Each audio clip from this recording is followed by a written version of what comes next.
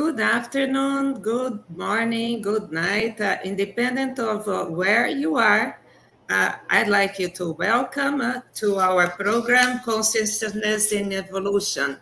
This is a project from Reaprendência International, which is a consciousness-centric institution dedicated to re-educational and personal evolution. You can find our page, Reaprendência International, at YouTube, Facebook, and Instagram. Today, we are going to talk about near-death experience, which has been described in folklore and writings in European, Middle Eastern, African, Indian, East Asian, Pacific, and Native American cultures. Near-death experiences are reported by about 17% of those who nearly die, including children, adults, scientists, physicians, priests, ministers, and atheists. The term near-death experience was coined by the American psychiatrist Raymond Moody Jr., who wrote the book Life After Life. And today we are pleased to receive our special guest who had a very unique near-death experience, Djalma Fonseca.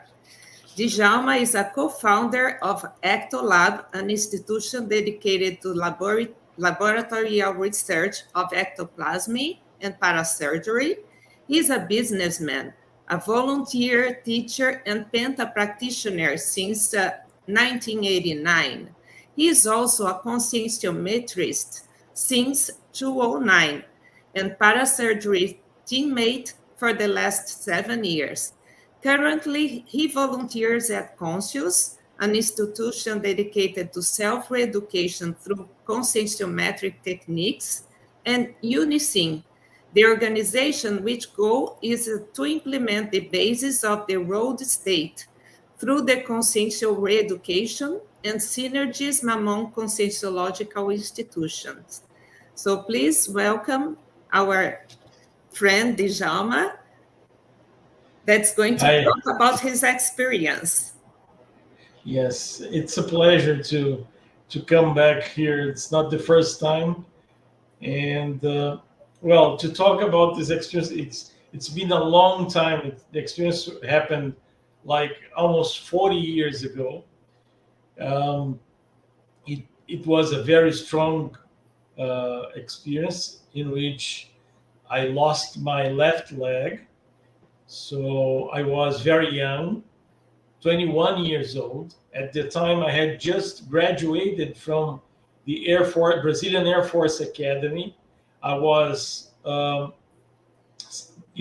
specializing in fight as a fighter pilot. We have a training as a fighter pilot for 2 years. 1 year in Natal, which is a city in the north of the country in Brazil. And during this year, I had a motorcycle accident. In this motorcycle accident, I broke my leg. I had an open fracture, and I had subsequently an infection. But very, very close, like 2, 3 days after that, I was, transported by plane from Natal to Rio de Janeiro, where they had better hospitals, better medical assistance.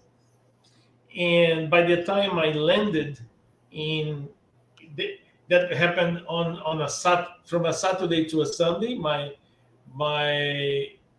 my accident, and I was transported on the Thursday, next Thursday.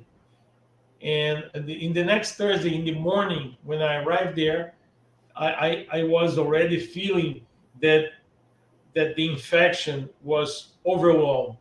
I was going, I felt that I would go into some kind of coma or something like this, or even die. I knew that I was very close to dying.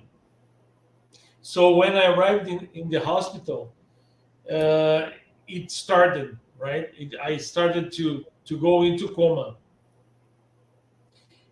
The first thing that you lose is viewing.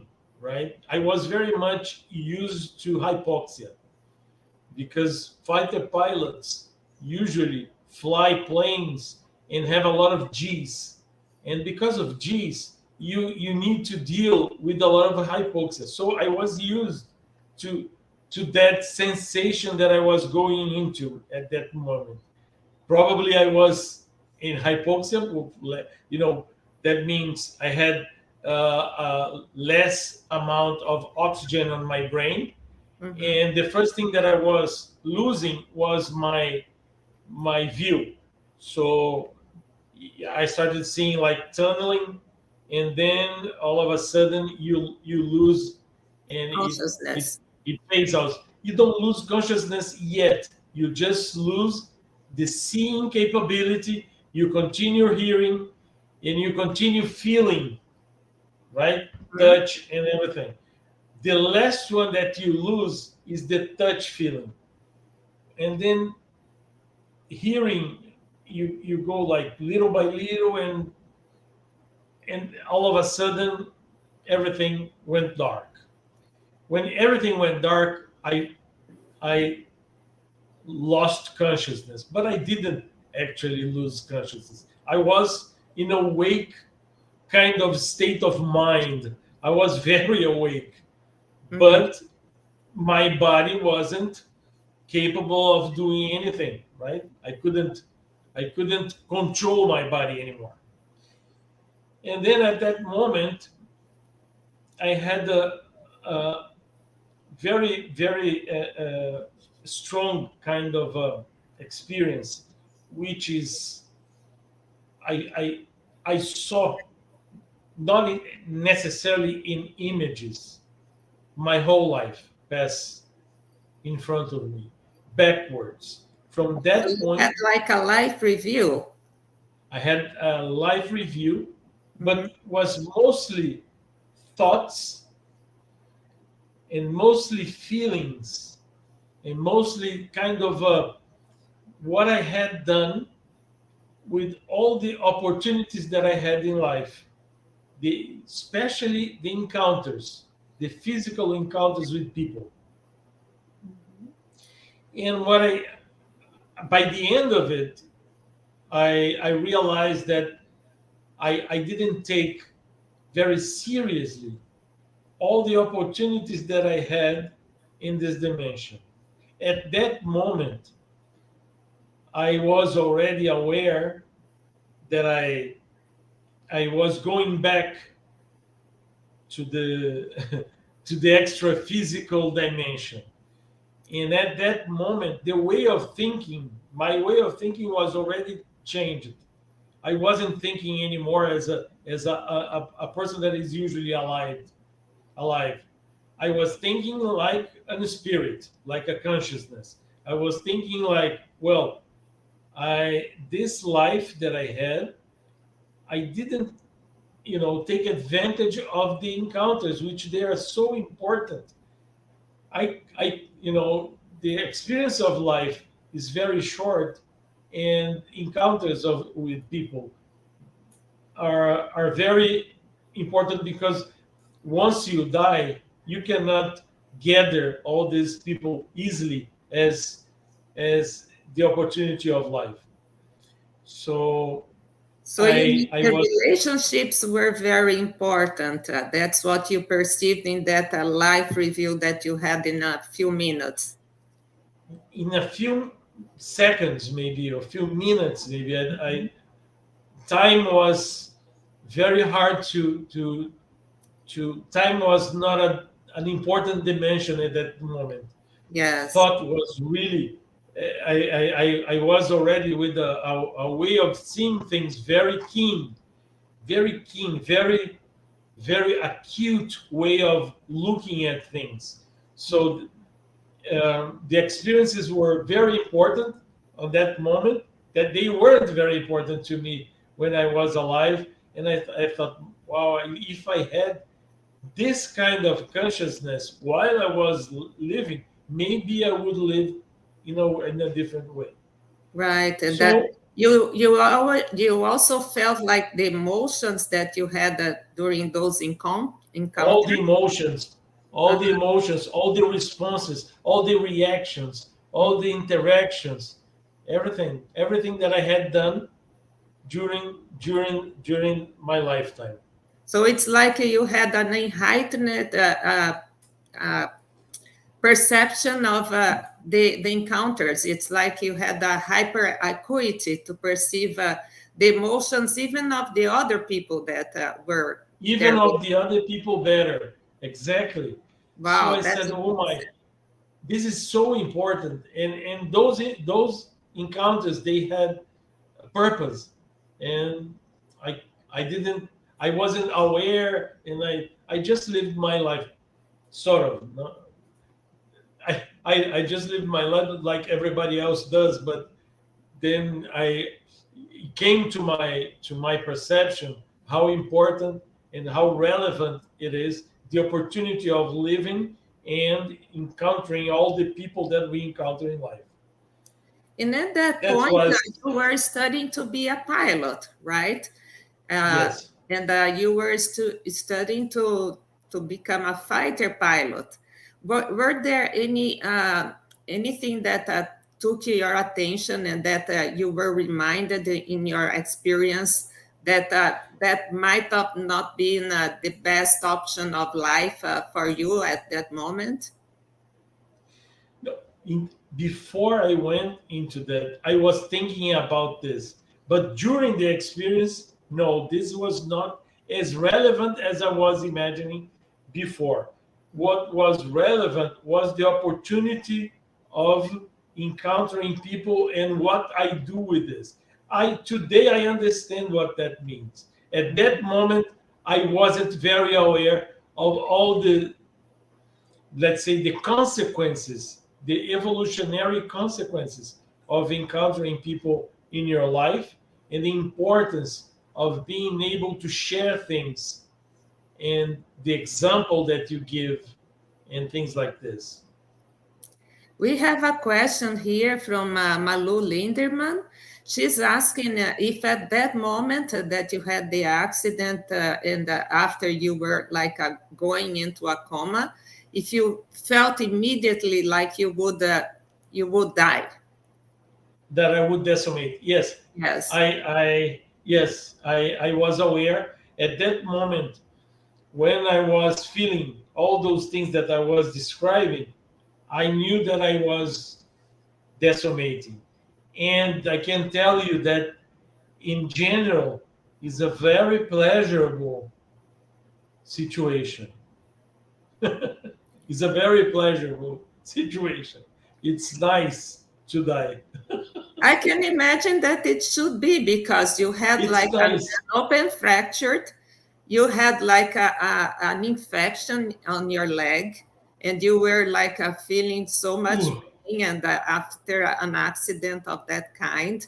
very So true. whenever you are able to get out of your body, it should be very Definitely. comfortable, right? And but it's not only comfortable because of the lack of physical perceptions. I think that probably you felt some kind of peace. Did you see a bright light or a tunnel or The thing is that I felt a lot of peace, and I felt like it's a big relief, but it's not only a physical relief. Mhm. It's a big relief. It's like I left behind a big thing, you know, a lot of burden. Mhm. It's interesting.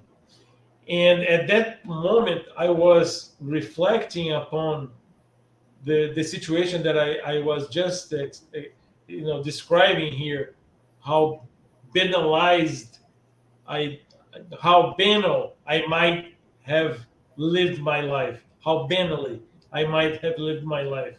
Mhm. So I was reflecting upon this, and then I felt that I wasn't alone. I felt that I had company in that situation. I had company of people that were feeling the same thing that I was feeling at that moment. I felt that those people were connected with me, like two other consciousness in the same state of mind. And Mhm. when I felt their presence, then I expanded much more. And I expanded and I felt a big euphoria, like that sensation. And then the information that came was, we are very happy. We are very, we are very satisfied with your productivity, which was not what I was feeling at that moment. But all of a sudden, they gave me the big picture. So this, Mm. I understood that my life had a meaning, and at that moment, the, the it was meaningful. Okay, so what at that moment when they looked at me, and they did say that, they asked me if I wanted to continue living or if I wanted to die. And then my question was, am I gonna remember this? If I remember this, I will probably live my life completely different than I lived so far. I will give more attention to things that are actually more important from now on. And then he said, yes, you may remember that. You will remember that.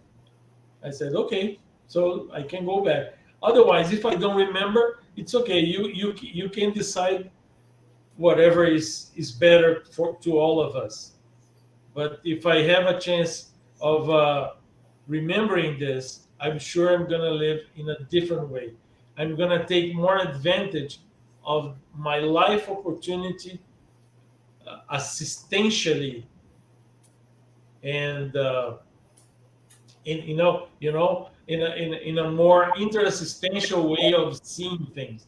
And I didn't know conscienciology at that time, but of course, it had to do with probably my intermissive course and what I was planning to do with my life. And for that, the encounters with people had a lot to do with the interassistance that I had ahead of me. So still had ahead of me, even wherever I was, even in the military, environment where I was. Of course, I didn't want to be a fighter pilot and kill people and do this thing, right? And I knew that this would change already in my life. Um, my plan was at that moment. My plan, I wanted to be to fly um, helicopter in the Amazon doing rescue. Is this even before the accident? But to do that, I needed anyway to do the fighter pilot course. I had to take. All of us had to take that course. It's like finishing of education. You need to fly jets, and you need to be operational on all of that equipment and stuff like this. I understand. And during your experience, did you have also a perception that maybe you were a pilot in other lives as well? Because you Oh, mentioned there your intermissive course, and we have to clarify here for the people that are not in contact with all the information in conscienciology that intermissive course is the course you have in between lives, and you remembered during your near-death experience of things that happened in that period. So, can you talk a little more about that? yes, because what I think it was, when I entered that state of mind, uh, in that at that moment, all the kind of way that I was looking at my life was the same way that I looked at my life during the intermissive course. So right away, when I, in quotes, died, I I was thinking like it was not so long ago, right? 21 years ago, 21 years before, I was already thinking with my intermissive psyche, Yes, your with my lucidity that you intermissive had in that. perspective. Yes. Yes. Hmm. So it was this was very a strong impact on me. To recuperate that was very strong to me. I wanted to go back with that memory. Was really important to me. Wow. And I have one question here, Djalma, from Eliane. She is asking if after you experienced the near-death experience, if you felt depressed for some time, because she knows some people that had depression after their experience. No, as a matter of fact, Eliane, what happened to me is that I spent three months and 3 months and a half in the hospital in a very um, peaceful state of mind. It was the other way around. That experience made me very peaceful inside, very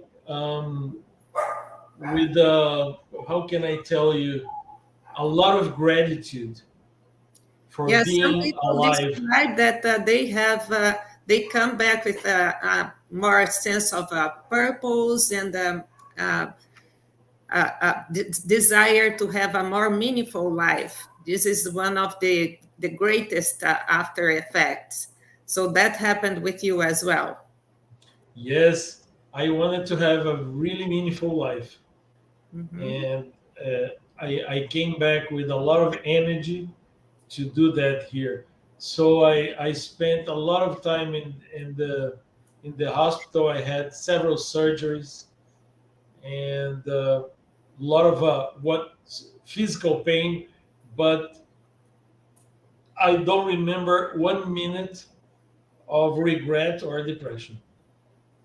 I was always in a very good mood and very highly motivated to to be alive, even though physically I was going through a lot of things.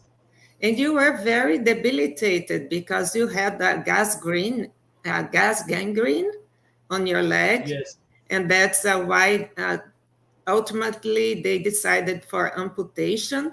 And how was yes. that decision? I Well, probably what somebody happened? of your family had to decide for you, and how?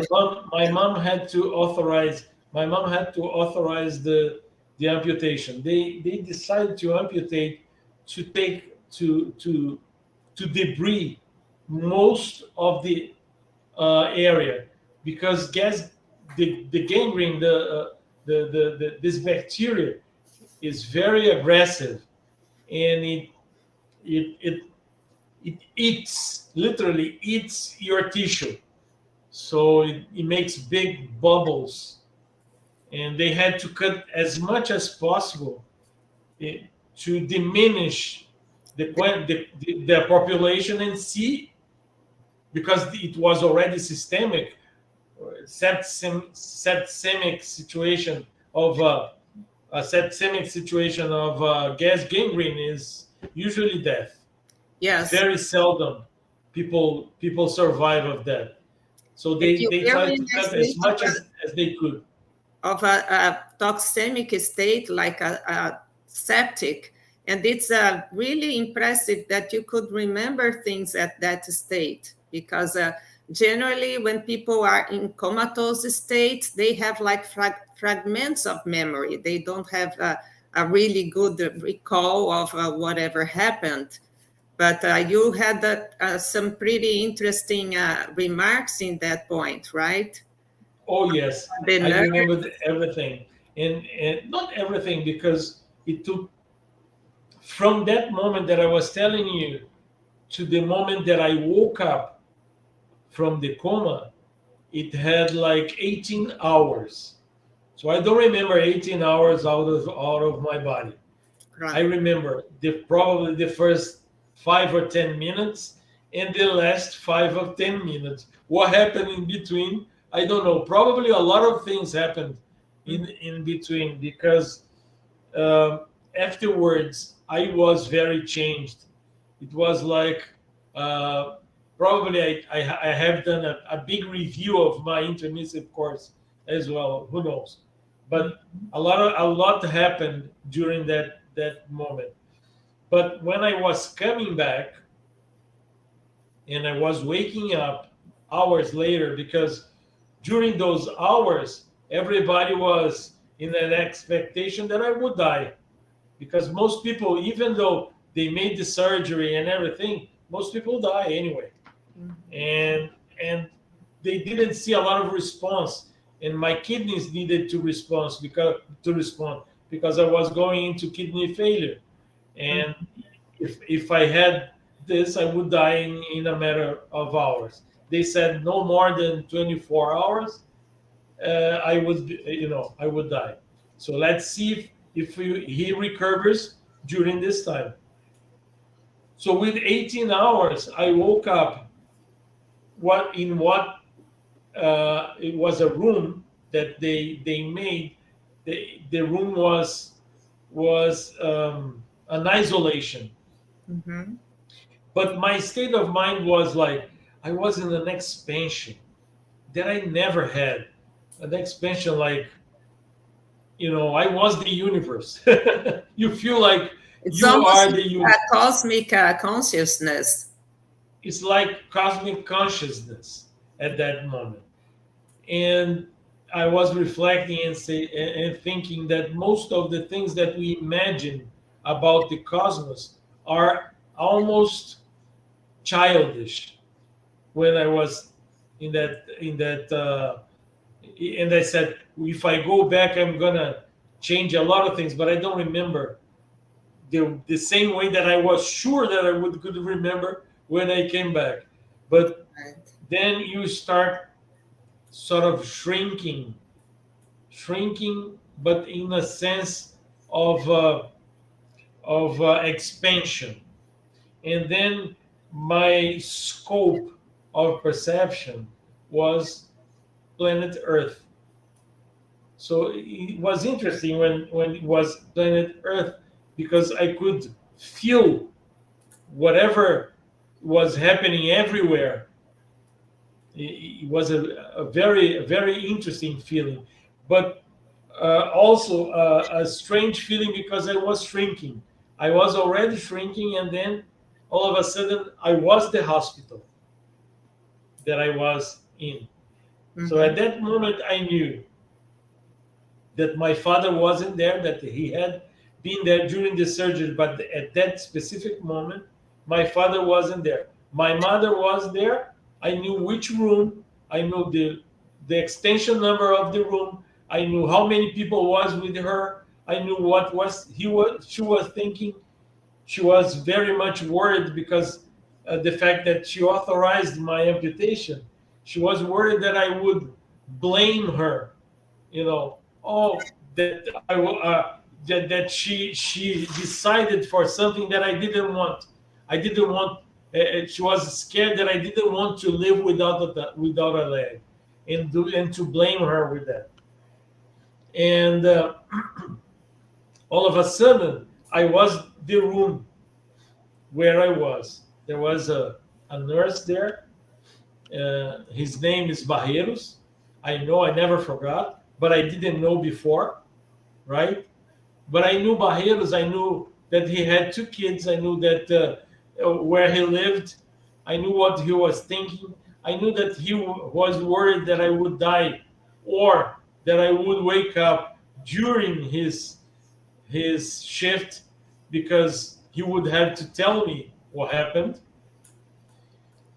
And all of a sudden, I was like, I you know, I was like flying on top of my body, because before there was the room, then all of a sudden I became a body, just like my body flying over my own body, a second body, and then this second I have body the location. entered entered my body very slowly. And it was funny because it entered very slowly and it felt like my body was really still. Really.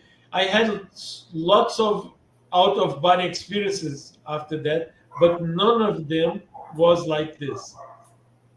I entered my body and it was like I was restarting it in some way.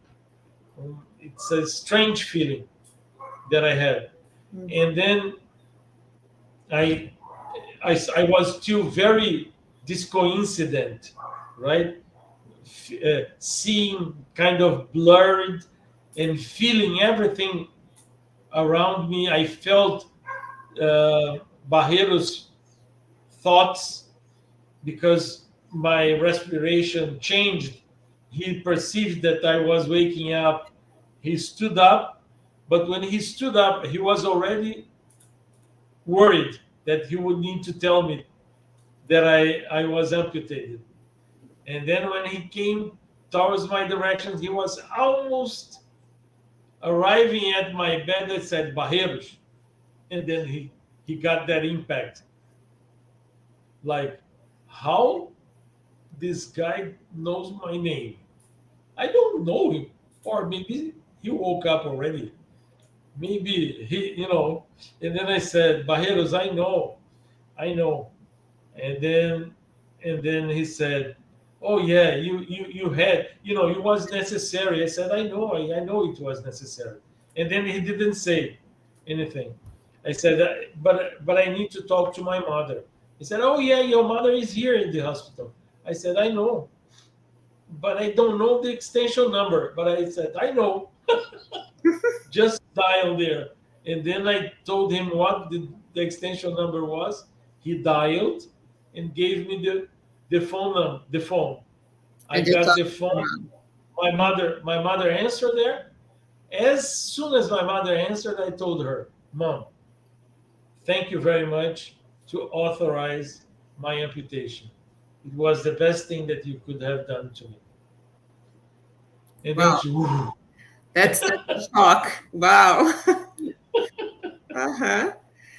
I have you know, one question here from Malo Linderman. She's saying that was your accident like a near pull? Could you think that of any changes like those you experienced without having the accident?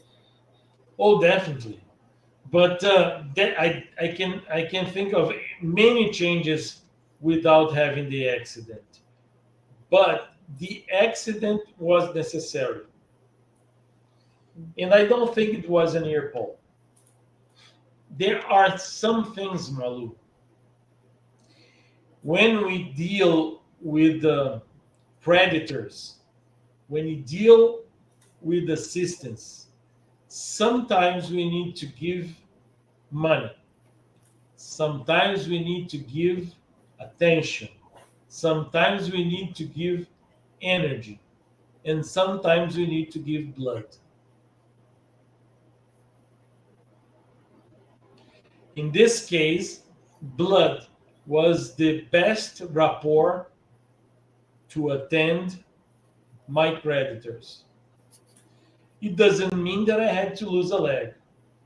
Losing a leg was um, my incapability of dealing with the situation. In what My sense? colleagues, Why do you think I that? well, because now after 40 years, I know exactly why. I know exactly the consciousnesses that were involved there.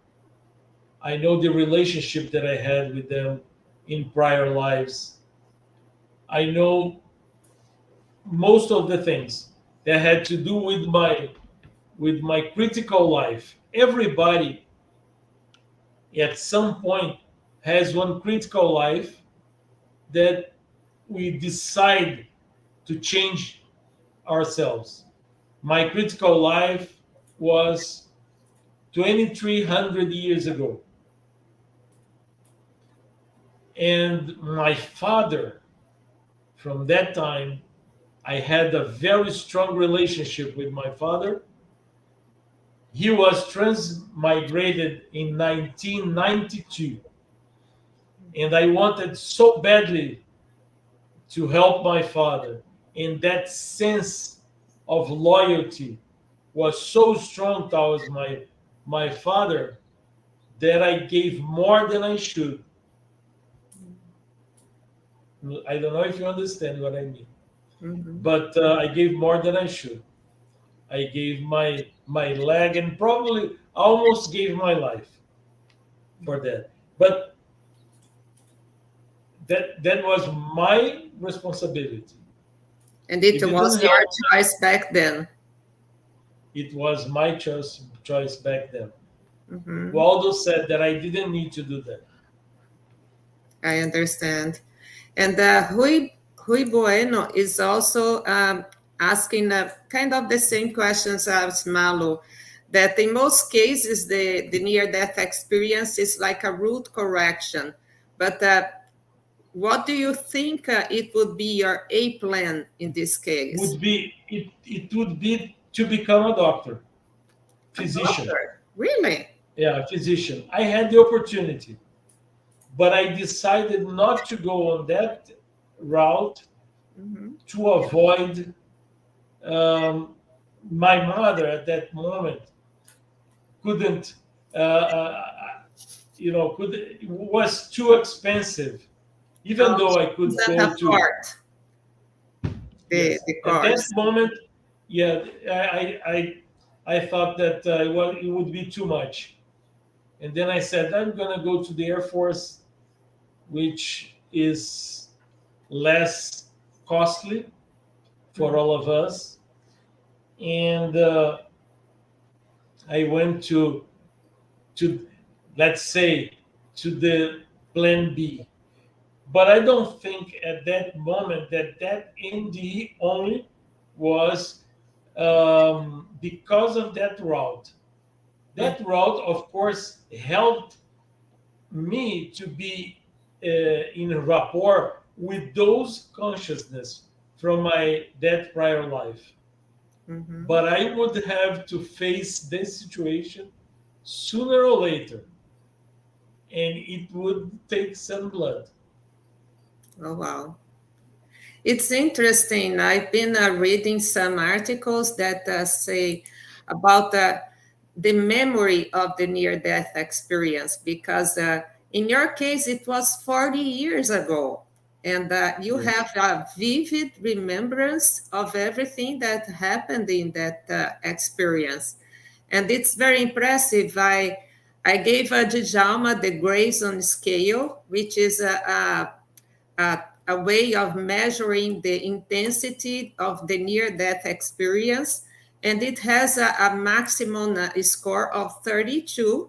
And Djalma's experience scored 25, which is like a very intense experience.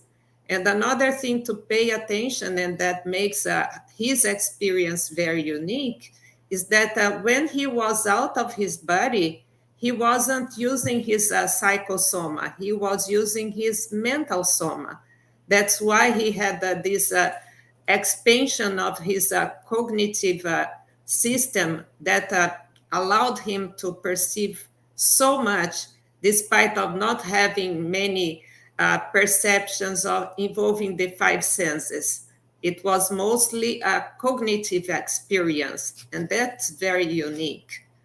And Djalma, I'd like to know more about the after effects. What this experience changed in terms of your life course and what you did afterwards.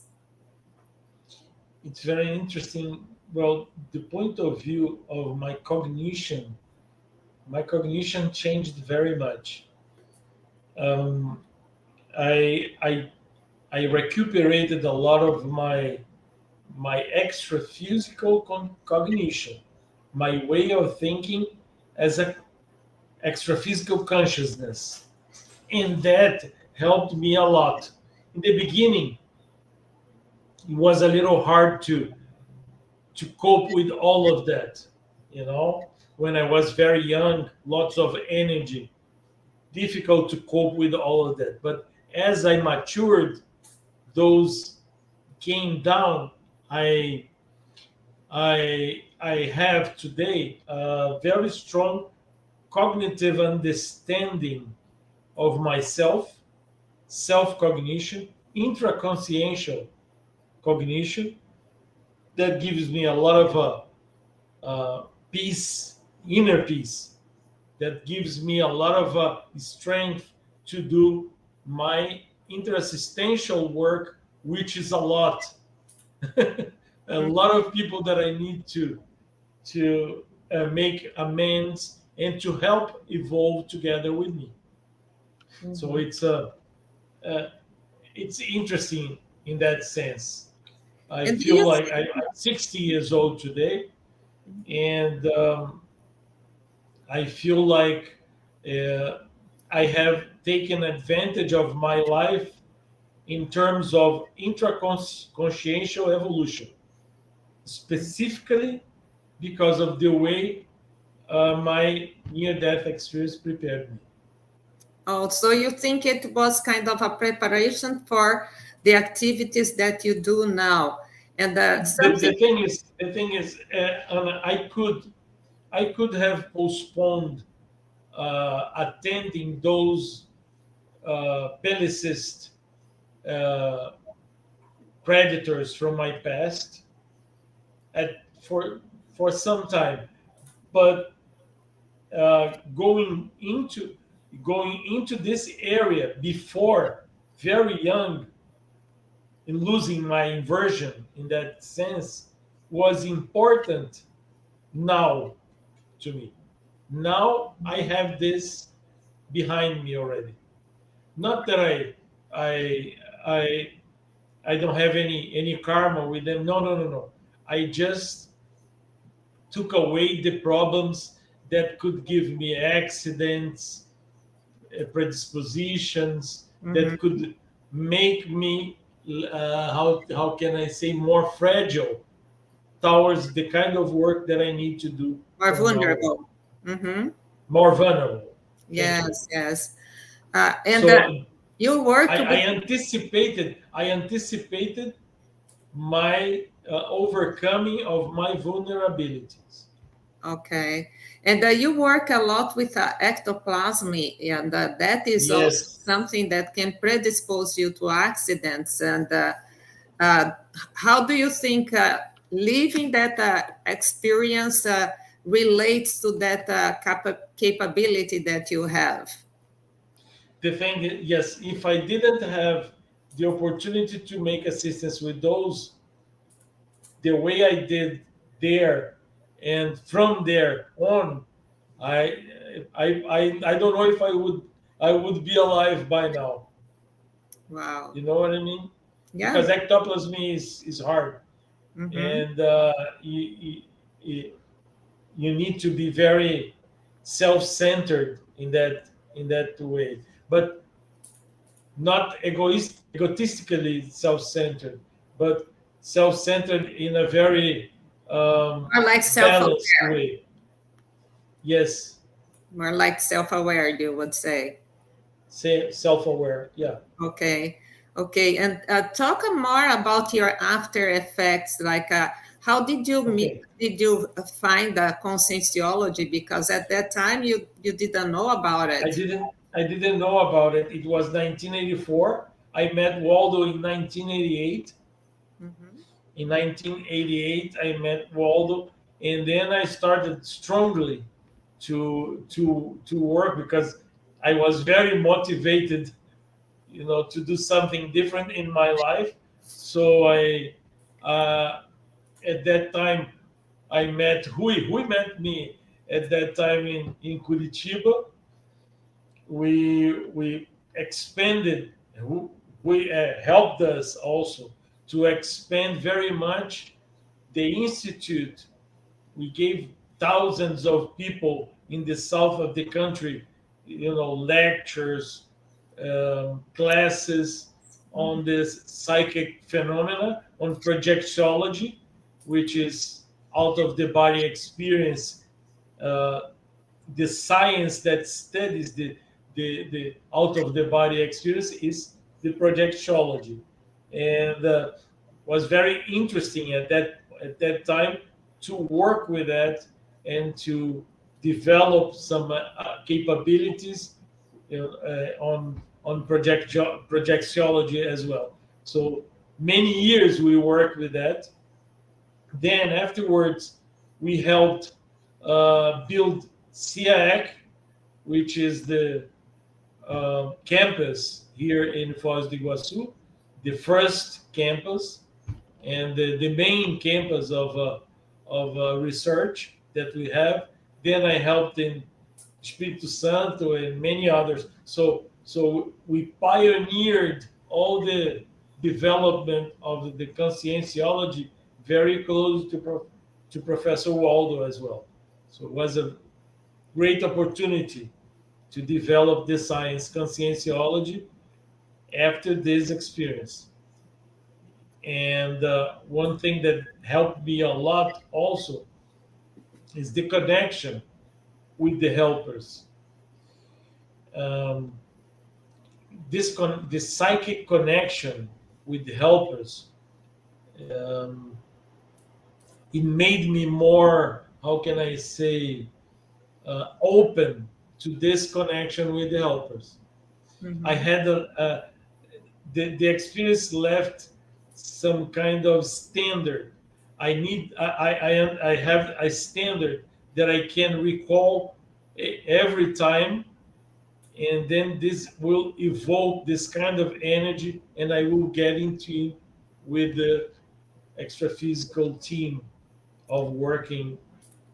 So this has helped me a lot as an after effect. I have been using this for many years, and you get more and more, let's say, refined on that sense. Do So you this think that your psychically I developed very much after that. and do you think that your parapsychic abilities changed after the accident? Very much. Did they expand? They expand a lot. Mhm. Can They you expand a give lot. us some examples or facts that you perceived? The thing is, and that maybe because it was mental somatic, so the cognition, the perception of things, the understanding of things, the understanding of extra physical things together, this is something that I became very keen after that. And then you started, from there you start enhancing the understanding of the connections, of recognizing the fascines, understanding fascines, yours and the others. So this was my acuteness was very much developed after that for understanding thoughts, understanding, recognizing Patterns. uh, it's like standards and patterns, and Hmm. it's very interesting. All of a sudden, I was in the beginning was a little overwhelming because I would go to some areas and that would make me very tired very soon because it was too much input. Oh yes, I can imagine it. It's like you opened your parapsychism, and then you have to deal with all that. Let's Yes, say, yes, all that I information. didn't feel That very helps. well when there was a lot of people in some areas. I lived in the U.S. for some time, and I felt that. Then, little by little, I was getting used to it, and you go back to life normal. But you still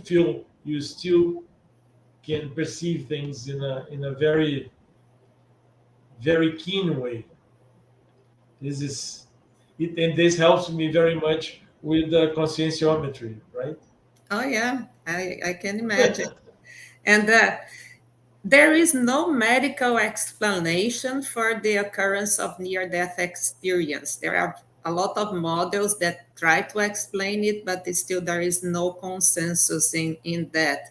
But the transformational after effects, they are unequivocal, right?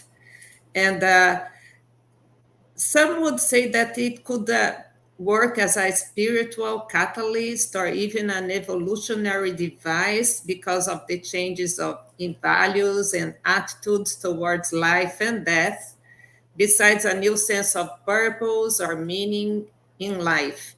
What do you think after your experience? My values, they changed, they changed very much. And actually, my values changed to the values that I had before I was born. The intermissive values, they came stronger, you know. So what are those values?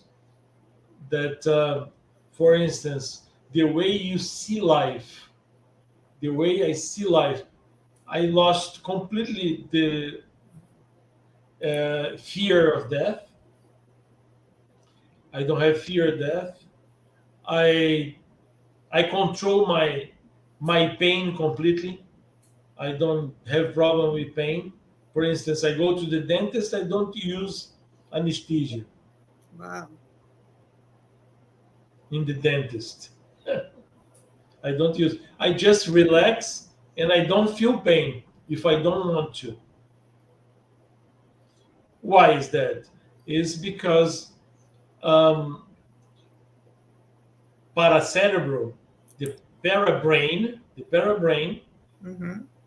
it's on top of the brain.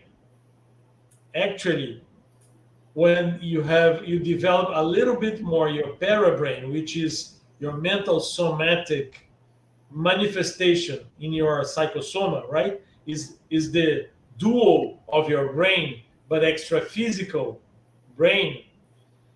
This brain controls your body if you want, Mm-hmm. controls all your systems, even the systems that are not controlled by you consciously, right? The the systems that are not usually controlled by people.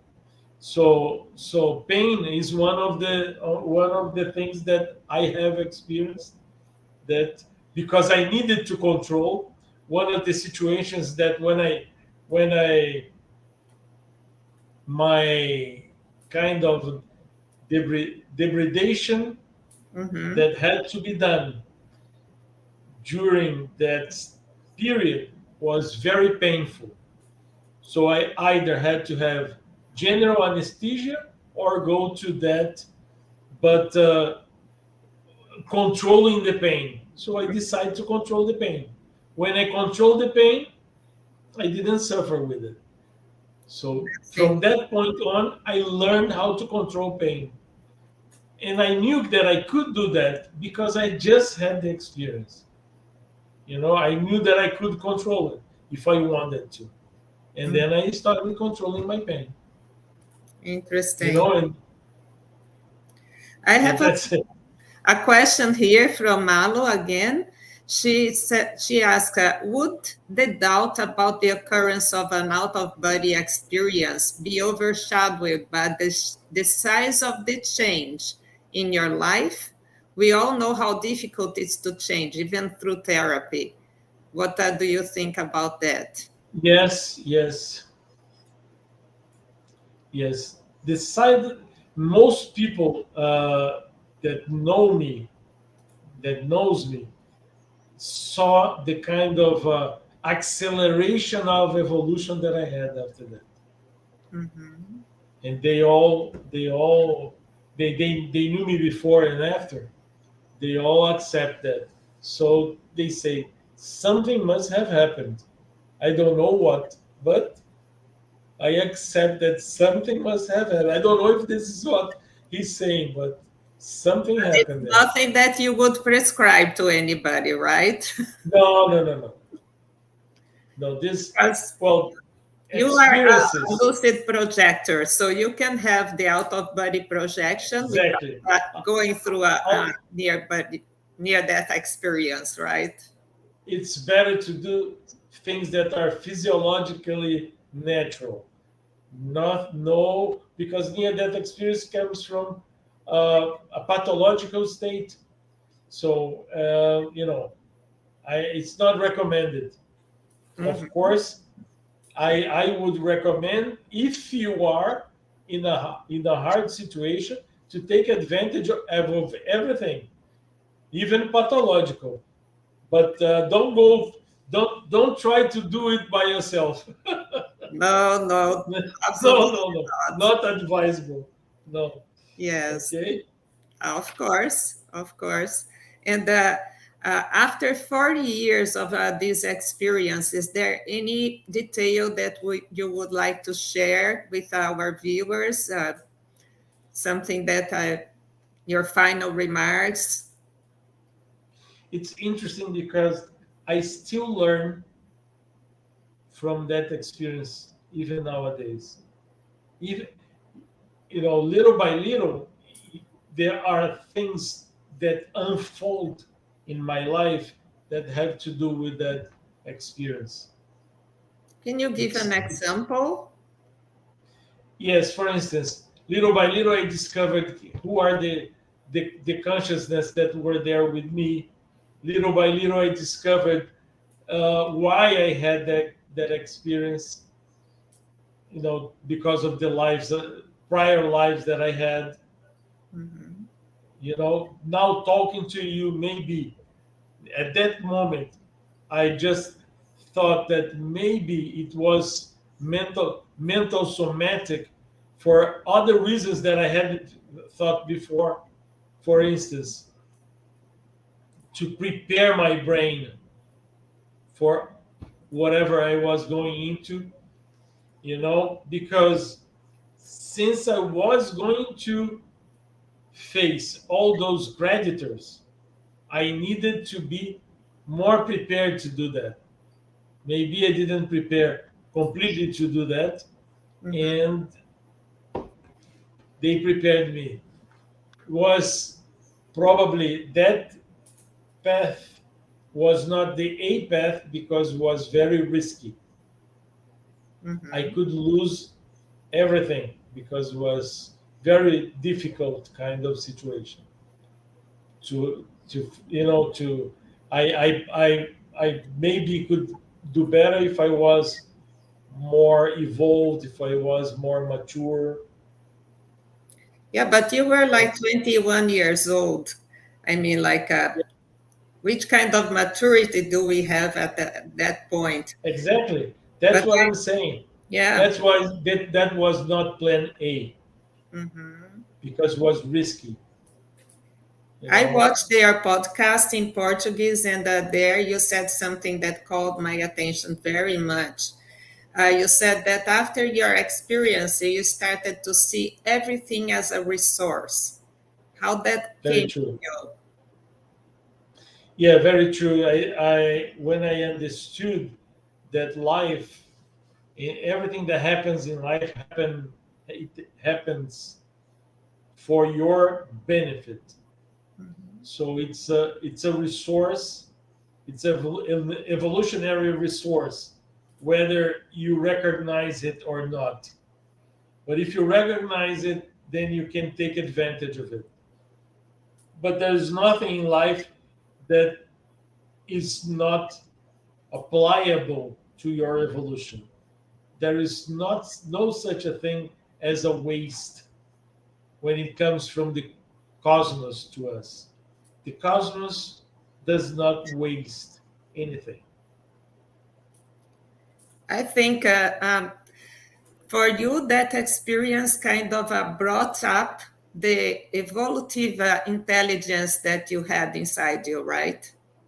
Yes, very And true. it's very interesting because I'm afraid our time is up. And our next live is going to be on October 1st, and it's going to be with Fabiana Cerato and Claudia Adel. And we are going to be talking about self-esteem from the evolutionary intelligence point of view. So again, evolutionary intelligence is a very important resource that you were able to access firsthand with that experience, right? Exactly. Mm-hmm. Very true. Mm-hmm. Very true. All right. So thank you so much for your time.